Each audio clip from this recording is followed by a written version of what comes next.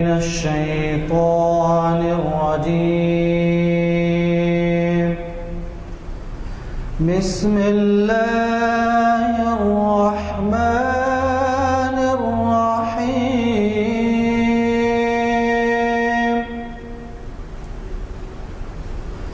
أفلا ينظرون إلى الإبل كيف خلقت وإلى السماء كيف رفعت وإلى الجبال كيف نصبت وإلى الأرض كيف سطحت فذكر إنما أنت مذكر لست عليهم بمسيطر إلا من تولى وكفر فيعذبه الله العذاب الأكبر إن إلينا إيابهم ثم إن علينا حسابهم. صدق الله العظيم. انفارمیشن سروس کی 529ویں نشست کے لیے موجود ہیں. یہ لیکچر کا عنوان ہے معاملات کی صفائی کا شرعی حکم، اور اسے آج 10 مارچ 2014 مطابق 8 جمادی الاول 1435 ہجری بروز پیر بعد نماز عصر مفتی سید الیاس ہاشمی ندوی صاحب بعنوان معاملات کی صفائی کا شرعی حکم مخاطب کر رہے ہیں. حضرات، آپ کو اندازہ ہے کہ جیسے جیسے کسی قوم و ملک یا ملت میں کاروبار میں اضافہ ہوتا ہے اور وہ ترقی کرتی جاتی ہے تو ویسی معاملات میں اضافہ ہوتے ہیں، اور معاملات کا اضافہ جب ہوتا ہے تو بے ضابطگیاں، بے روی، وعدہ خلافیاں، وہ یہی نہیں بلکہ کئی اور قسم کی برائیاں معاشرے میں پھیل جاتی ہیں، اور اس کا نقصان بہت زیادہ ایسے لوگوں پر پڑتا ہے جو کم مالی حیثیت کے ہوتے ہیں. زیادہ مالی حیثیت والے تو ان میں طاقت رہتی ہے، اگر ان سے غلطیاں بھی ہوتی ہیں تو وہ درست کرانے کی، حتیٰ کہ عدالت کے فیصلوں کو بدلوانے کی. لیکن ایسے لوگ جو اوسط طبقے سے تعلق رکھتے ہیں، غریب ہیں، ان پر اس کے بڑے برے اثرات ہوتے ہیں. آپ کو تو معلوم ہی ہوگا کہ عام طور پر ایسی شکایتیں وصول ہوئی کہ عدلیہ بھی، یعنی عدالتیں بھی ایسی خامیوں سے متاثر ہوئی ہیں. کسی دور کے جب واقعات سنتے ہیں ہم تو اس میں رشتہ، ناتا، اڑوس پڑوس، ذات، کوئی چیز روا نہیں رکھی جاتی تھی. لیکن آج جو کچھ حال ہے، آپ روزانہ اخباروں میں پڑھتے ہیں، ٹی وی میں دیکھتے ہیں، اور اس کے اثرات یقینی طور پر قومی سطح پر ہوتے ہیں. بہرحال آج ہمارے درمیان مفتی سید الیاس ہاشمی ندوی صاحب یہ لیکچر دے رہے ہیں، اور یہ ہمارے بزرگ جو لوگ ہوتے ہیں یہ والہانہ خدمات انجام دیتے ہیں بلا معاوضے کے. آپ اندازہ لگائیے کہ ہر سال ہمارے 45 لیکچر ہوتے ہیں، اور 45 لیکچر کے معنی 10 سال میں 450. 45 اس وجہ سے ہوتے ہیں کہ ماہ رمضان میں نہیں ہوتے، اور کبھی تہوار آ جائے یا کوئی ناگہانی صورت آئے تو اس وجہ سے، یا بارش ہو جائے تو بھی جو ہے بعض وقت ملتوی ہوتے ہیں۔ تو 45 اگر آپ 450 کے نکال دیں تو یہ 529، یعنی اس کے معنی یہ ہیں 12واں سال ہے یہ لیکچرز۔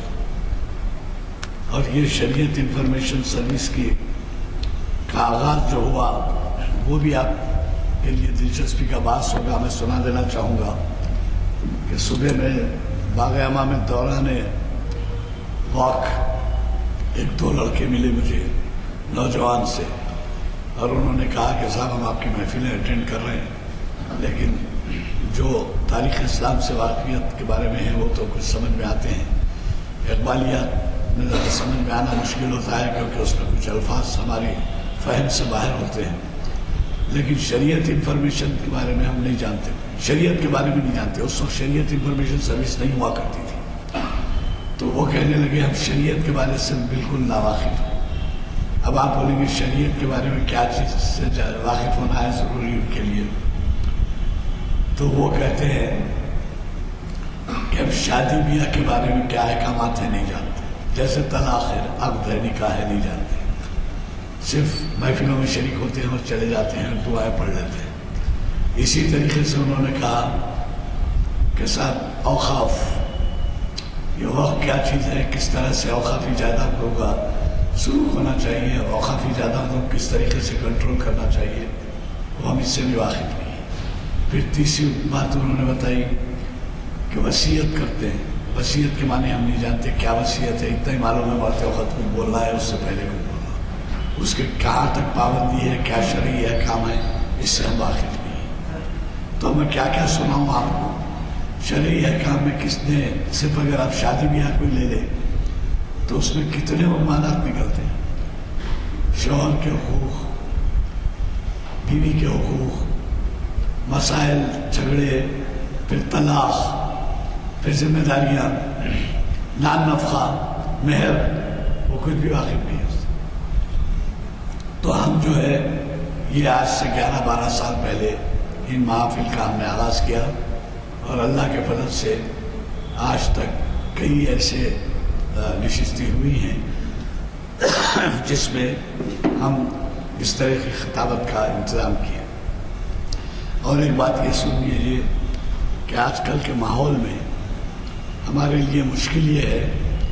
کہ ٹی وی جو ہے بہت زیادہ اثر انداز ہو گیا ہے نوجوانوں کے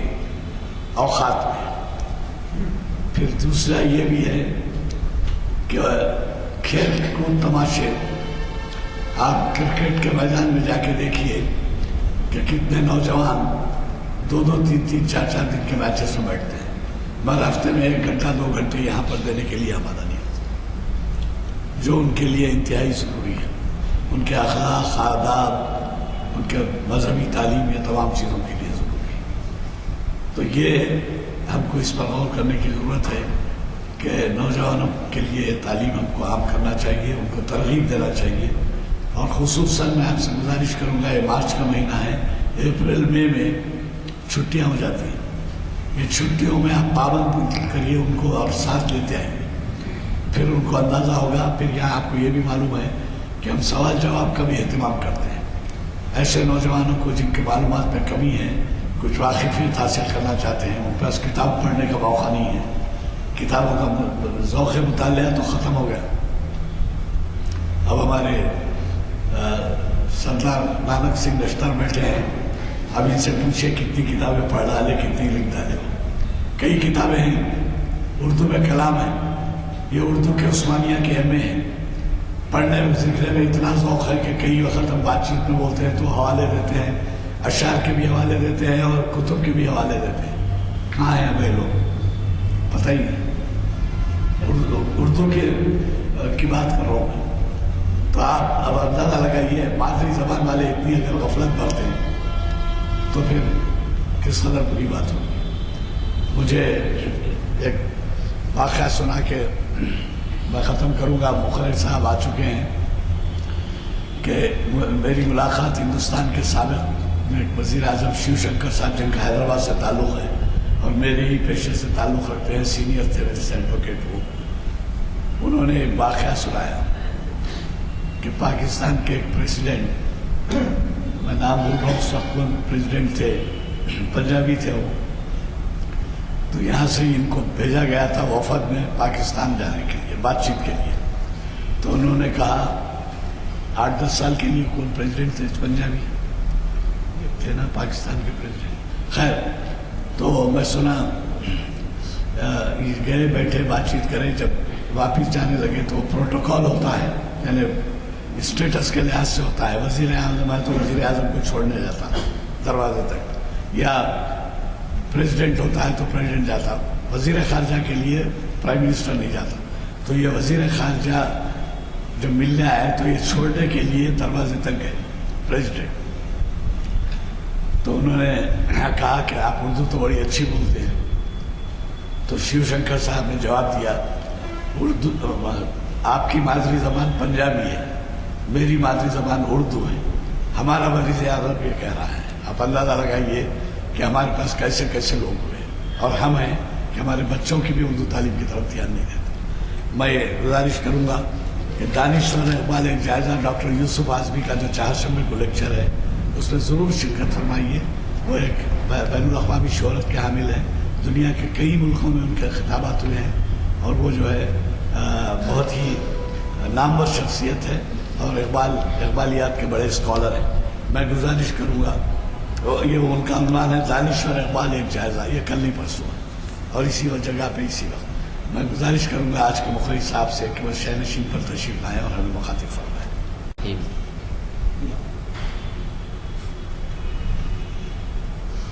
الحمد للہ رب العالمین وبہ نستعین والصلاة والسلام علی سید المرسلین محمد ابن عبداللہ الامین وعلی آلہ وصحبہ اجمعین الی یوم الدین. اما بعد،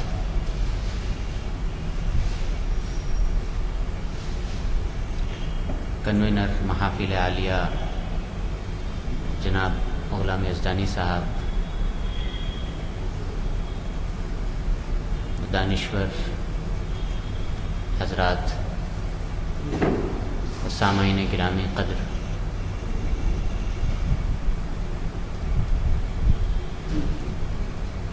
جیسا کہ عنوان آپ حضرات کے سامنے ہے، معاملات کی صفائی کا شرعی حکم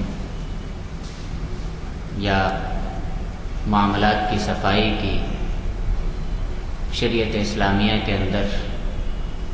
اہمیت.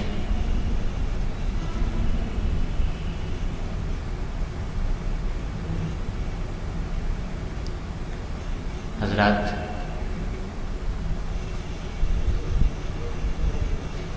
جیسا کہ دین کی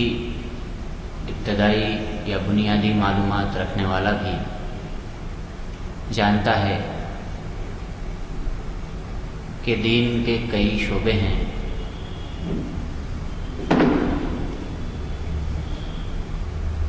اس کے جو احکام ہیں ان کی مختلف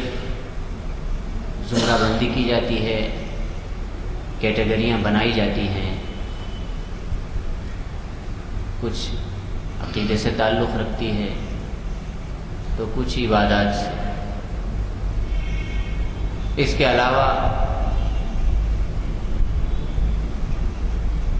پھر کچھ وہ احکام ہیں جن کا تعلق معاملات سے آتا ہے، اور کچھ وہ ہیں جو معاشرت کہلاتے ہیں، اور کچھ وہ ہیں جو اخلاق کہلاتے ہیں. یہ ذرا تفصیل سے کی ہوئی کیٹیگریز ہیں، ورنہ اگر پورے دین کا خلاصہ 2 لفظوں میں اگر کوئی بیان کرنا چاہے تو وہ ہوگا حقوق اللہ اور حقوق العباد. کہ اللہ کے لیے کیا ہو اور بندوں کے لیے کیا ہو، ان دونوں کو صحیح ڈھنگ سے لے کر چلنا، توازن کے ساتھ ان دونوں کو نبھانا، یہی پورے دین کا خلاصہ ہے. تو گویا جتنا حصہ اللہ سے بندے کا ہے یا بندے سے اللہ کے تعلق کا ہے، اتنا ہی حصہ کم و بیش بندوں کا بندوں سے بھی ہے، بندوں کا تعلق بندوں سے، بندوں کے معاملات بندوں سے، بندے کا رہنا سہنا بندوں کے ساتھ۔ تو آج کا جو عنوان ہے اس کے اندر براہ راست یہ چیز آ جائے گی کہ آدمی بندوں کے ساتھ کس طرح سے رہے۔ حقوق العباد کا جو پہلو ہے، حقوق العباد کا جو حصہ ہے، یہ معاملات یا معاملات کی صفائی، یہ اسی کا ایک پہلو ہے۔ چنانچہ اللہ رب العزت نے قرآن کریم کے اندر واضح طور پر بیان فرمایا، یا ایھا الذین آمنوا لا تأکلوا اموالکم بینکم بالباطل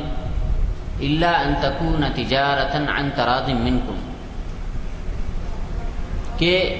اے ایمان والو آپس میں ایک دوسرے کے مالوں کو مت کھاؤ ناحق، ہاں الا یہ کہ تجارت کے ساتھ ہو، آپس کی رضامندی کے ساتھ ہو۔ معاملات اصل کہتے ہیں جب ایک آدمی دوسرے آدمی سے کوئی چیز کرتا ہے، چاہے وہ لین دین کی شکل میں ہو، چاہے خرید اور فروخت کی شکل میں ہو، چاہے کرائے کی شکل میں ہو، چاہے کوئی اور چیز ہو، جہاں بھی بندوں کا بندوں سے تعلق ہوتا ہے، بندے وہاں پہ ہوتے ہیں، تو وہ معاملات کی قسم میں آ جائے گا۔ آج ہم نے سمجھ رکھا ہے کہ دین کل ملا کر کے عبادات کے اندر ہے، عقائد کے اندر ہے، اور اس کے بعد پھر بہت زور دیا جاتا ہے تو عبادات پر۔ حالانکہ معاملات، معاشرت اور اخلاق گویا کہ 5 میں سے 3، 60% دین تو انہی چیزوں کے اندر ہے، باقی 40% دین ادھر جائے گا۔ لیکن آج ہم نے اسی 40% کو کل سمجھ رکھا ہے اور اسی پر کسی آدمی کے دیندار ہونے کا فیصلہ کرتے ہیں، اور کہتے ہیں کہ فلاں صاحب بڑے دیندار ہیں اس لیے کہ ان کے عقائد ہم جس کو صحیح سمجھتے ہیں ویسے ہیں، یا ہے کہ ان کی عبادتیں درست ہیں، نماز روزے کا اہتمام کرتے ہیں اس لیے ہم ان کو دیندار سمجھتے ہیں۔ باقی قطع نظر اس سے کہ ان کا لین دین کیسا ہے، ان کی معاشرت کیسی ہے، ان کے اخلاق کیسے ہیں، اور اپنی بات کے اندر کتنے کھرے کھوٹے ہیں، اپنے عمل کے اندر کتنے کھرے کھوٹے ہیں، اس کی کوئی ضرورت ہم نہیں سمجھتے۔ حالانکہ ایسا نہیں ہے، بلکہ دین کا ایک بڑا حصہ معاملات کو لیے ہوئے ہے، اور جب تک یہ چیز درست نہیں ہوگی اس وقت تک ہم کسی آدمی کے دیندار ہونے کی گواہی نہیں دے سکتے، یا کوئی آدمی اپنے آپ کو یہ نہیں کہہ سکتا کہ میں نے پورے دین کا احاطہ کر لیا۔ جیسے حضرت عمر رضی اللہ تعالیٰ عنہ کے بارے میں ارشاد ہے، ایک آدمی سے حضرت عمر نے پوچھا کہ فلاں آدمی کے بارے میں تمہارا کیا خیال ہے؟ تو اس شخص نے کہا کہ لا بأس بھی، کہ ٹھیک ہے، کوئی حرج نہیں۔ تو حضرت عمر نے اگلا سوال کیا کہ کیا تم نے اس کے ساتھ کبھی سفر کیا ہے؟ تو کہا کہ نہیں۔ پھر کہا کہ کیا تمہارا اس کے ساتھ کبھی کوئی معاملہ ہوا ہے، مقدمہ ہوا ہے؟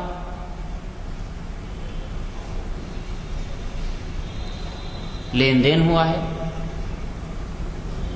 تو کہا کہ نہیں۔ پھر اس کے بعد پوچھا کہ کیا تم نے کبھی اس کو قرض دیا ہے، درہم و دینار کے بارے میں کبھی اس پر اعتبار کیا ہے؟ تو کہا نہیں۔ تو حضرت عمر نے فرمایا کہ پھر تو تم کو اس آدمی کے بارے میں کوئی معلومات نہیں ہے، بس تم نے اس آدمی کی ظاہری شکل و صورت کو دیکھ لیا کہ وہ آدمی مسجد کے اندر آتا ہے، اپنا سر جھکاتا ہے اور اٹھاتا ہے، اسی کو تم نے آدمی کے دیانتدار اور غیر دیانتدار ہونے، اچھے اور برے ہونے کا معیار سمجھ رکھا ہے، حالانکہ یہ بات نہیں۔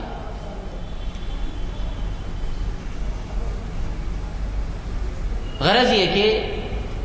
آدمی کتنا دیندار ہے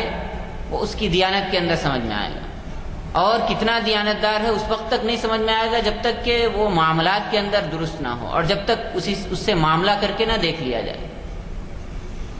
آج معاملات کو یا معاملات کی صفائی کو بالکل گویا کہ دین کا کوئی حصہ سمجھا ہی نہیں جاتا ہے، اتنا نظر انداز کیا جاتا ہے کہ اگر کوئی اس پر ٹوکے تو بعض دفعہ ایسا معلوم ہوتا ہے کہ اس کو یعنی بالکل زیادتی سمجھی جاتی ہے۔ ایک اس کے اندر خرچ کا بھی ہوگا، آپ کو پتا پڑوس میں بھی نہیں، میں نے جس کتاب سے دیکھا ہے اس میں پڑوس کا نہیں ہے لفظ، یعنی درہم و دینار کے بارے میں ہے، خصومت کے بارے میں ہے اور سفر کے بارے میں ہے۔ جی ہاں جی خیر۔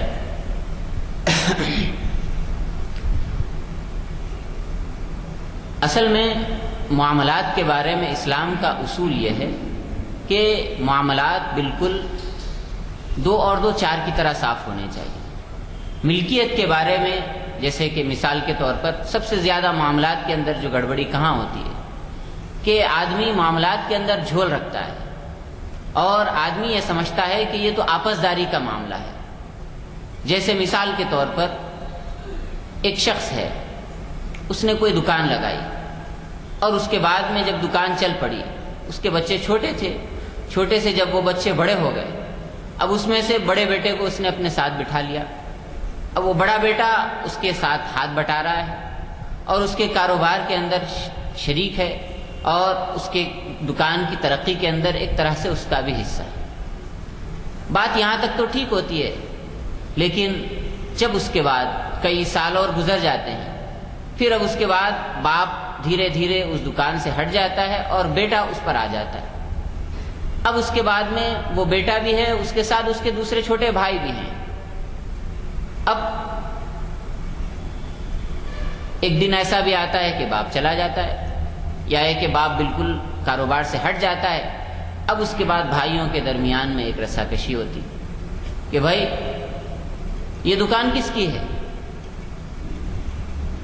چھوٹے بھائی کہیں گے کہ یہ تو والد کی دکان ہے، اور بڑا بھائی کہے گا کہ اس میں تو میرا خون پسینہ، میری پوری جوانی اور عمر لگی ہوئی ہے، تم لوگ تو چھوٹے چھوٹے تھے۔ اب اس کے بعد معاملہ نزاع تک پہنچ جاتا ہے اور آپس کے دل کے اندر جو مٹھاس تھی وہ ختم ہو جاتی ہے اور تعلقات کے اندر جو خوشگواری تھی وہ ختم ہو جاتی ہے۔ حالانکہ بنیاد اس کی جو پڑی تھی وہ بالکل بہت سیدھی سی بات تھی کہ معاملات اگر صاف ہوتے، یا کم از کم یہ کہ جب بچہ بڑا ہو رہا ہے تو اس وقت میں اس کو ایک پارٹی سمجھ کر کے، یعنی اگرچہ وہ آپ کی اولاد ہے، آپ کا بیٹا ہے، لیکن اس کو ایک فریق سمجھ کر کے جب آدمی اس کی حیثیت طے کرتا ہے کہ تم اس دکان پر بیٹھ رہے ہو، یہ پارٹنر کی حیثیت سے ہے یا میرے ملازم کی حیثیت سے ہے یا پھر محض اپنے والد کا ہاتھ بٹانے کے لیے۔ اسی طرح سے گھر بنتا ہے، گھر بنانے کے اندر والد کا پلاٹ ہوتا ہے، کوئی بیٹا باہر سے بھیج دیا،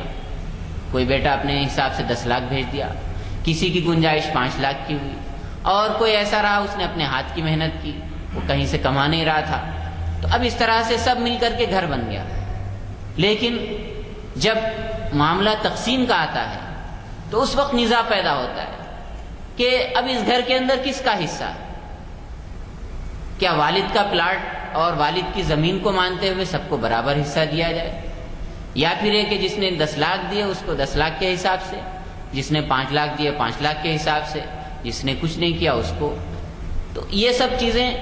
یعنی بعض دفعے یہ سب چیزیں زبان پہ آ جاتی ہیں اور بعض دفعے دل کے اندر رہ جاتی ہیں، اور ہر ایک کو یہ احساس ہوتا ہے کہ میری حق تلفی ہے۔ آج سب سے بڑی ہمارے خاندان کی، ہمارے گھروں کی صورتحال کو اگر اٹھا کر کے دیکھیں تو یہ ہر گھر کی کہانی ہے کہ ہر ایک کو یہ احساس ہوتا ہے کہ اس کے ساتھ حق تلفی ہو رہی۔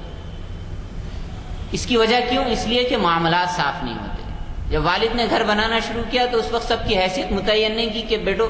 یہ میں گھر بنا رہا ہوں، تم سے 10 لاکھ روپے میں نے قرض لیے ہیں، تم سے 5 لاکھ لیے ہیں، یا پھر یہ کہ تم سے یہ جو کچھ تم دے رہے ہو میرے ہاتھ میں دے رہے ہو اور میں جو کچھ بناؤں گا اس میں سب کا حصہ ہوگا۔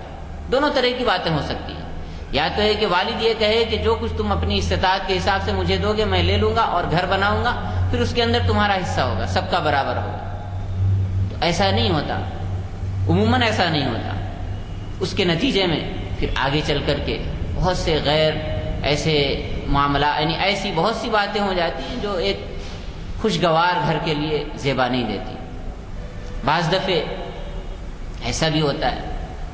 کہ والد کا کاروبار ہے یا والد کی جائیداد ہے، اس کو کوئی ایک بیٹا نگرانی کرتا ہے. جیسے ابھی کچھ دن پہلے ایک فون آیا تھا میرے پاس کہ ایک جائیداد کی تقسیم کا مسئلہ ہے کہ ایک بڑے بھائی ہیں، انہوں نے والد کے گزر جانے کے بعد اپنی پوری ذمہ داری کے ساتھ بہنوں کی شادیاں کی. اب جو والد کی جائیداد ہے وہ تقسیم ہونے جا رہی ہے، لہذا اب وہ یہ چاہتے ہیں اس موقع پر کہ میں نے جو بہنوں کی شادی میں لگایا ہے اب وہ میں اس موقع پر وصول کر لوں اور مجھے جائیداد کا ایک بڑا حصہ چاہیے. دوسرے بھائی اس کی مخالفت کر رہے ہیں. دوسرے بھائی کہہ رہے ہیں کہ والد کی جائیداد بڑھ رہی ہے تو سب کا جتنا ہے حصہ اتنا آپ کو بھی ملے گا. حالانکہ اگر یہ ہوتا کہ جس وقت وہ لگا رہے تھے، ٹھیک ہے، اگر بہنوں کی شادی کے لیے اور اپنی ایک ذمہ داری سمجھ کر، احسان سمجھ کر کر رہے ہیں تو پھر اس کو بالکل ہی چھوڑ دیں. یا پھر یہ کہ اگر اس کو قرض سمجھ کے دیا ہے تو پھر باقاعدہ اس کا حساب ہوگا اور کل میں سے وہ اپنا قرض لے لیں گے، پھر اس کے بعد جو بچے گا وہ اپنے سب بھائیوں کو تقسیم کریں گے. تو غرض یہ کہ یہ اور اس طرح کی بہت سی شکلیں، یعنی آخری میں، شروع میں تو ان کی ابتدا احسان مندی کے ساتھ، آپسداری کے ساتھ ہوتی ہے، لیکن اکثر و بیشتر ان کا انجام تلخیوں پر ہوتا ہے اور آپس میں ایک دوسرے پہ کے گریبان پکڑنے پر اور بہت سے موقعوں پر ایک دوسرے کے ساتھ دلوں میں کدورت پر ان کا انجام ہوتا ہے. تو ایسا اس لیے ہوتا ہے کہ ہم معاملات کو صاف نہیں رکھتے. دوسری اہم ترین بات معاملات میں جب آئے گی وہ یہ ہے کہ معاملات کو اکثر و بیشتر لکھ لینا چاہیے. اگر کوئی دیر پا معاہدہ ہے یا کوئی لمبی مدت والی کوئی چیز ہے تو اس کو تحریر میں لے آنا چاہیے. جیسے سورہ بقرہ کی سب سے آخری آیتوں سے پہلے والی جو 2 آیتیں ہیں اور قرآن کریم کی سب سے بڑی وہی آیت ہے، اس میں فرمایا یا ایھا الذین آمنوا اذا تداینتم بدین الی اجل مسمى فاکتبوا، کہ اے ایمان والو اگر تم آپس میں کوئی لین دین کا معاملہ کرو تو اس کو تم لکھ لیا کرو. اس لیے کہ لکھ لینا دونوں فریق کے لیے ایک گویا کہ باؤنڈ کر دینا ہوتا ہے کہ پھر اس کے بعد دونوں پارٹیاں اور دونوں فریق معاہدے کی پابندی کرنے پر اور اس پر عمل آوری کرنے کے پابند ہو جائیں گے. پھر اس کے بعد ہر ایک کو اپنی یعنی منمانی کرنے کا موقع نہیں ملے گا اور دوسرے فریق کے پاس ثبوت رہے گا. حالانکہ بہت سے موقعوں پر یہ ہوتا ہے کہ میری آپ کی زبان ہے بس. حالانکہ ٹھیک ہے، زبان مومن کی اچھی بات ہے، زبان کا پابند ہونا چاہیے، لیکن قرآن یہ کہتا ہے کہ جب کوئی دیر پا مدت کی چیز ہو، لمبی مدت والا کوئی معاملہ ہو تو اس کو لکھ لینا چاہیے، تحریر میں لے آنا چاہیے. نہ صرف تحریر میں لانا چاہیے بلکہ اس پر گواہ بھی بنانا چاہیے. فاستشہدوا شہیدین من رجالکم، کہ اس میں سے تم 2 گواہ کو بنا لو، اور اگر 2 مرد گواہ نہ مل سکیں تو پھر 1 مرد اور 2 عورتیں ہونی چاہیے.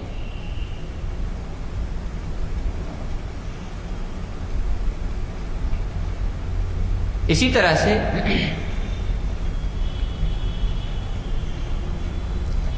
ایک بات تو یہ سمجھ میں آئی کہ کوئی سی بھی چیز ہو، جب آدمی کے اپنے سے ہٹ کر کے کسی دوسرے کے ساتھ میں کر رہا ہو تو اس کے اندر اس کی کیا حیثیت ہے، اس کی کیا ملکیت ہے، اس کی کیا پوزیشن ہے، یہ متعین ہونی چاہیے. ہر کسی کام کے شروع کرتے وقت میں یہ چیز بالکل بنیادی طور پر اس کو سمجھ لینا چاہیے. جیسے کوئی آدمی یعنی کوئی چیز اگر خرید رہا ہو، آپس میں اگر خرید رہے ہوں تو وہ بھی متعین ہونا چاہیے کہ کس کا کتنا حصہ رہے گا. کوئی معاملت ہو رہی ہو تو وہ بھی متعین ہونا چاہیے کہ کس کی کیا ذمہ داری رہے گی اور اسی حساب سے اس کا کتنا حصہ رہے گا. کوئی سی بھی چیز ہو، جب تک یہ چیز نہیں ہوتی اس وقت تک پھر آگے چل کر کے شروع میں تو آپسداری میں معاملہ ہوتا ہے، لیکن بعد میں آگے چل کر آپس میں نزاع پیدا ہوتا ہے اور اس کے بعد حصوں کی رساکشی ہوتی ہے کہ ہر ایک کو دوسرے کو احساس ہوتا ہے کہ دوسرا کام کم کر رہا ہے اور حصہ زیادہ لے رہا ہے. دکانوں کے اندر اکثر و بیشتر اس کی وجہ سے، کاروبار کے اندر اکثر و بیشتر اس کی وجہ سے جھگڑے ہوتے ہیں، اور اچھی اچھی دوستیاں بھی آخر میں دشمنیوں میں تبدیل ہو جاتی ہیں، یہاں تک کہ جان کے یعنی خون کے پیاسے ہو جاتے ہیں۔ تو اس کی وجہ کیا ہے؟ حالانکہ وہ جو دوست جب کاروبار شروع کر رہے تھے تو اس وقت میں دونوں بہت گہرے دوست تھے اور دونوں نے ایک دوسرے پر اعتماد کیا تھا، لیکن محض یعنی معاملات کو صاف نہ رکھنے کی وجہ سے نتیجہ یہ ہوا۔ اور اگر معاملات صاف رہتے اور تمام چیزیں تحریر میں ہوتی تو پھر ہر فریق دوسرے فریق کو جیسے ہی وہ حد سے تجاوز کر رہا ہے فوراً اس کو دیکھ سکتا اور اس کو متنبع کر سکتا ہے کہ آپ معاملات سے یعنی آپ معاہدے کے حساب سے صحیح نہیں چل رہے ہیں، یا ہے کہ آپ سے فلاں جگہ پر کوتاہی ہو رہی ہے۔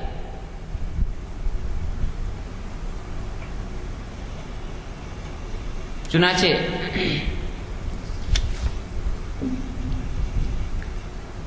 اللہ تبارک و تعالیٰ نے قرآن کریم کی اس آیت کے اندر جو میں نے بالکل شروع میں تلاوت کی تھی، یا ایھا الذین آمنوا لا تأکلوا اموالکم بینکم بالباطل، کہ اس کی وجہ سے آج ہم میں سے بہت سارے لوگ معاملات کی صفائی نہ ہونے کی وجہ سے دوسرے کے مال کو یعنی نادانستہ طور پر، یہ نہیں میں کہتا کہ دانستہ طور پر، بہت سے موقعوں پر نادانستہ طور پر ہم دوسرے کے مال کو ناجائز طور پر کھا رہے ہیں۔ جس کا غلبہ ہوتا ہے اسی کا گویا کہ تصرف بھی اسی کا ہوتا ہے، اور جس کا ڈومینیشن ہوتا ہے وہی اپنے حساب سے اس چیز کو یعنی اپنے تصرف میں لاتا ہے۔ تو اس کی وجہ سے ہم کو چاہیے کہ کوئی سا بھی معاملہ کرنے سے پہلے، کوئی سی بھی چیز، کوئی سا بھی کام کرنے سے پہلے ہم اپنی جو حیثیت ہے اور مقابل والے کی ہمارے سامنے جو ہے اس کی جو حیثیت ہے اس کو پورے طور پر متعین کریں، اور ایسا نہ ہو کہ بالکل بات گول مول رہے اور بات مجہول انداز میں رہے اور پھر آگے چل کر کے جس کی جو چاہے منمانی کریں۔ اللہ تبارک و تعالیٰ نے فرمایا یا ایھا الذین آمنوا اتقوا اللہ وقولوا قولا سدیدا، کہ اے ایمان والو اللہ سے ڈرو اور کھری کھری بات کہو۔ قول سدید کی جو تشریح کی ہے مفسرین اکرام نے تفسیر کی ہے، اس کے اندر یہ بھی ہے کہ یعنی صفائی ہونی چاہیے، بات کے اندر بالکل دو ٹوک پن ہونا چاہیے، اور کوئی لگی لپٹی یا پھر یہ کہ کوئی گول مول بات نہیں ہونی چاہیے۔ چنانچہ جب بھی گاڑی اس سے ہٹتی ہے تو پھر اس کے بعد تنازعات وہیں سے جنم لیتے ہیں۔ آج ہم اس چیز کو بد اخلاقی سمجھتے ہیں۔ اگر کوئی، جیسا میں نے پہلے بتایا کہ اگر کوئی باپ اپنے بیٹے کو اپنے ساتھ کاروبار میں شریک کرتے وقت میں اگر یہ کہے کہ تم میرے ساتھ ملازم کی حیثیت سے ہو، مطلب ہے کہ تنخواہ کے حساب سے، یا پھر یہ کہ تمہاری میرے ساتھ میں یہ حیثیت ہے، اگر آج کوئی کہے تو ہم سمجھتے ہیں کہ مولانا تو گھر میں لڑا رہے ہیں آپس میں، یا یہ کہ یہ بھی کوئی دین کی بات ہے، یہ بھی کوئی اصول کی بات ہے، تو آپسداری کا معاملہ ہے، گھر کی بات ہے تو گھر میں کیا حساب کتاب ہونا چاہیے۔ اللہ کے رسول صلی اللہ علیہ وسلم نے فرمایا تعاملوا کالاجانب وتعاشروا کالاخوان، کہ آپسداری کے معاملے کی بات نہیں ہے یا گھر کے معاملے کی بات نہیں ہے، بلکہ آپس میں رہنے کے سلسلے میں تو بھائی بھائی کی طرح رہے۔ ہر آدمی، بلکہ پوری امت کا آدمی ایک دوسرے کے لیے بھائی بھائی کی حیثیت رکھتا ہے، لیکن تعاملوا کالاجانب، معاملات کا جب نمبر آئے تو وہاں پر اجنبیوں کی طرح سے معاملہ کرو، چاہے وہ اپنا سگا بھائی کیوں نہ ہو، اس کے ساتھ میں آپ جو کچھ لے رہے ہیں یا جو کچھ اس کو دے رہے ہیں اس کا حساب رکھنا چاہیے، تاکہ بعد میں چل کر کے یہ چیز یعنی کوئی شکر رنجی کا اور کوئی اختلاف کا باعث نہ بنے۔ بہرحال آج اس چیز کی سب سے زیادہ ضرورت ہے کہ ہم اپنے معاملات کو درست رکھیں اور اپنے زبان کی پابندی اور اپنے قول کی پابندی کا اہتمام کریں، اور خاص طور پر لین دین کے اندر تو اس کا بڑا یعنی اس کی بڑی اہمیت ہے، اور آج سب سے زیادہ فقدان آج مسلم معاشرے کے اندر پایا جاتا ہے تو وہ اسی چیز کا، کہ آج ہمارے پاس زبان کی اہمیت بالکل یعنی گویا کہ کوئی چیز ہی نہیں رہی، بلکہ آج تو فن ہو گیا ہے لوگ فخریہ طور پر کہتے ہیں کہ میں نے فلاں کو گھما دیا، یا ہاتھ پہ لیتا ہوں، یا پھر اس طرح سے یعنی اپنی بات کا پاس نہ رکھنا، پاس و لحاظ نہ رکھنا، گویا کہ آج فنکاری بن گئی، اور گھما دینا گویا کہ آج ایک فن ہو گیا۔ تو ایسا نہیں ہونا چاہیے، بلکہ آدمی کو اپنی زبان کی پاسداری کرنی چاہیے، اور اس کے لیے عملی طور پر یہ ترکیبیں، یا یوں کہیے کہ عملی تدابیر کہ آدمی اپنی زبان کا کس طرح سے پاس و لحاظ رکھ سکتا ہے اور کس طرح سے اس کا پابند ہو سکتا ہے۔ اس کے لیے یہ چیز ہے کہ آدمی اپنی ہر معاملت کو یعنی لکھا پڑھائی میں رکھے، اور اسی طرح سے ہر کام کے موقع پر جب بھی کوئی دوسرا آپ کے ساتھ میں شریک ہے تو اس وقت میں اس کے یعنی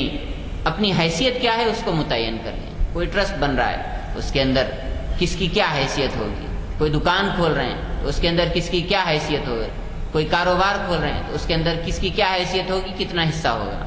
گھر بنا رہے ہیں تو اس کے اندر کس کی کیا حیثیت ہوگی اور کتنا حصہ ہوگا۔ یہ سب چیزیں ایسی ہیں کہ کہنے کو تو بھائیوں یا دوستوں کے درمیان یہ معاملات ہوتے ہیں، لیکن ان کے سلسلے میں بھی بالکل اجنبیوں جیسا معاملہ کرنا چاہیے، اور اجنبیوں کی طرح سے حساب کتاب رکھنا چاہیے، تاکہ بعد میں آگے چل کر کے کوئی چیز ایسی نہ ہو جس کی وجہ سے آپس کے اندر نزاع پیدا ہو۔ اسی واسطے شریعت نے یعنی ان تمام خرید و فروخت کی شکلوں کو فاسد قرار دیا ہے۔ بے کی وہ تمام شکلیں فاسد ہیں جہاں پر شے متعین نہیں ہوتی، چیز متعین نہیں ہوتی، یا پھر اس کی قیمت متعین نہیں ہوتی۔ اسی طرح سے معاملات کے اندر بھی وہ تمام چیزیں جہاں پر دونوں فریق کی کیا حیثیت ہے وہ متعین اگر نہیں ہے تو ایسے معاملے کو شریعت یہ کہتی ہے کہ اس کو یعنی کل عدم قرار دیا جائے۔ جیسے مثال کے طور پر ایک مثال دیتا ہوں میں، مہر کا معاملہ ہے کہ اگر بغیر مہر کو متعین کیے ہوئے نکاح ہو جاتا ہے، مہر اگر متعین نہیں ہوتا، دلہے نے نہیں کہا کہ میں کتنا مہر دوں گا، اور اس کے بعد میں اگر شادی ہو جاتی ہے کسی بھی طرح سے، تو شریعت یہ کہے گی کہ نکاح ہوگا، لیکن شریعت نے جو معیار رکھا ہے مہر مثل کا، وہ مہر وہاں پر واجب ہو جائے گا۔ یہ نہیں کہ آپ نے طے نہیں کیا آپس میں تو مہر نہیں ہوگا، ایسا نہیں ہوتا۔ تو اس طرح سے بہت سی اور شکلیں ہیں جو کتابوں کے اندر لکھی ہوئی ہیں کہ اگر معاملات کے اندر گول مول ہو، جھول ہو، تو پھر وہ معاملہ فاسد رہتا ہے۔ حضرت امام محمد رحمۃ اللہ علیہ جن کی فقہ کی بہت سی کتابیں ہیں، ان سے کسی نے پوچھا کہ امام صاحب آپ نے زہد اور تقوی پر کوئی کتاب کیوں نہیں لکھی؟ تو امام محمد نے فرمایا کہ میں نے جو کتاب الاصل لکھی ہے یا دیگر اور وہ کتابیں لکھی ہیں جن کے اندر معاملات کا بیان ہے، بیوع کا بیان ہے، نکاح و طلاق کا بیان ہے، کیا یہ کتاب الزہد اور کتاب التقوی نہیں ہے؟ اگر کوئی آدمی اس پر صحیح طور پر عمل کر لے اور شریعت نے جس طرح سے بتایا اس طرح سے اگر اس پر عمل کرے تو یقیناً یہی زہد اور تقوی ہے اور یہی تصوف ہے، اور وہی آدمی سب سے بڑا زاہد ہے جو معاملات کے اندر کھرا کھرا رہے۔ آج ہم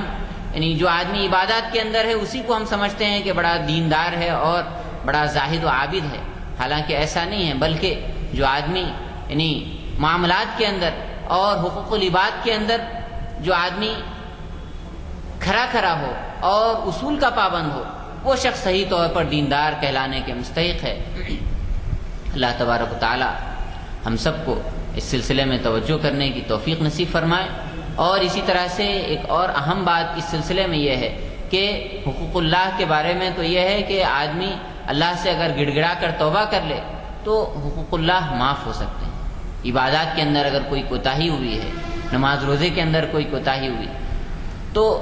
وہ چیزیں اللہ سے گڑ گڑانے کے بعد معاف ہو جائیں گی۔ اللہ کے یعنی عفو و کرم سے اس کی امید ہے، اور بندہ اگر سچی توبہ کرتا ہے تو امید ہے کہ اللہ تبارک و تعالیٰ اس کو معاف فرما دیں گے۔ لیکن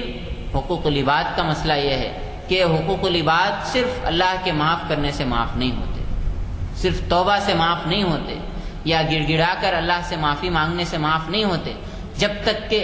صاحب حق اس کو معاف نہ کر دے، صاحب معاملہ اس کو معاف نہ کر دے۔ اور اگر ہم نے کسی کو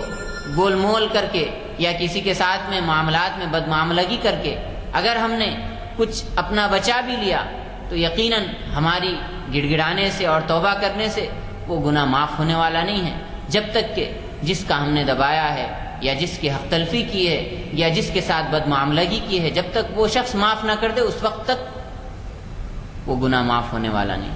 بہرحال اللہ تعالی ہم سب کو معاملات کو درست رکھنے کی اور اس کی اہمیت کو سمجھنے کی توفیق عطا فرمائے، اور اپنے ہر چھوٹے بڑے کام کے اندر اس اصول کو اپنی زندگی کا اصول بنانے کی توفیق نصیب فرمائے۔ وآخر دعوانا الحمدللہ رب العالمین۔ اگر کوئی سوال ہے موضوع سے متعلق تو سوال کر سکتے ہیں۔ فرض کرو معاملہ داری کر کے جو ہے اپنے گھروں میں حساب کس لیے یعنی شہادت کا، تو کیا اس کو عدالت قبول کرے گی؟ بالکل، تحریر اگر ہے دستخط کے ساتھ میں گواہی کے ساتھ تو یقیناً قبول کرنا چاہیے۔ گورنمنٹ کے کاغذ پہ سائن ہونا ہے عدالت؟ نہیں، ایسی کوئی ضرورت نہیں ہے۔ اگر اہم ترین معاملہ ہوتا ہے تو اس کو گورنمنٹ کے اندر وہ کیا جا سکتا ہے، ورنہ بغیر اس کے بھی سادہ کاغذ پہ بھی اگر ہوتے ہیں دستخط ہوتے ہیں تو کسی نہ کسی درجے میں حکومت عدالت اس کو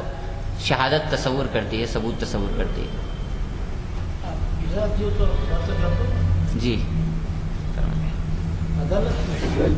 سارے کاغذ پہ کوئی چیز پیش کی جائے تو قبول کی جاتی ہے، تو اس پہ پینالٹی لگاتی ہے، کیونکہ اس پہ جتنے ریکوائرڈ اسٹیمپ ڈیوٹی ہے نہیں لگائے گی، اس لیے پینالٹی لگاتی ہے، تقریباً 11 گنا۔ اس سے بچنے کا طریقہ ایک یہ کہ پہلے رجسٹریشن آف اسٹیمپ اسٹیمپ کا آپ درخواست دیں کہ صاحب یہ ہم نے ڈاکومنٹ جب لکھا تھا ہم کو پہلے اطلاع نہیں تھی، اس واسطے ہم نے اس کو پراپر اسٹیمپ ڈیوٹی نہیں لگائی ہے، اس پہ آپ جو آپ لگا دیں جرمانہ ہم داخل کرنے کے لیے تیار ہیں، تو اس پر دگنا یا تین گنا کچھ بھی وہ ایجوڈیکیٹ کر دیتے ہیں، پھر وہ آپ کو عدالت میں داخل کر سکتے ہیں، وہ عدالت کو قابل قبول ہے، اس پہ کوئی فائن نہیں ہوتا۔ شکریہ نشر صاحب، بالکل شکریہ۔ موضوع سے متعلق سوال ہے، جزاک اللہ معلومات۔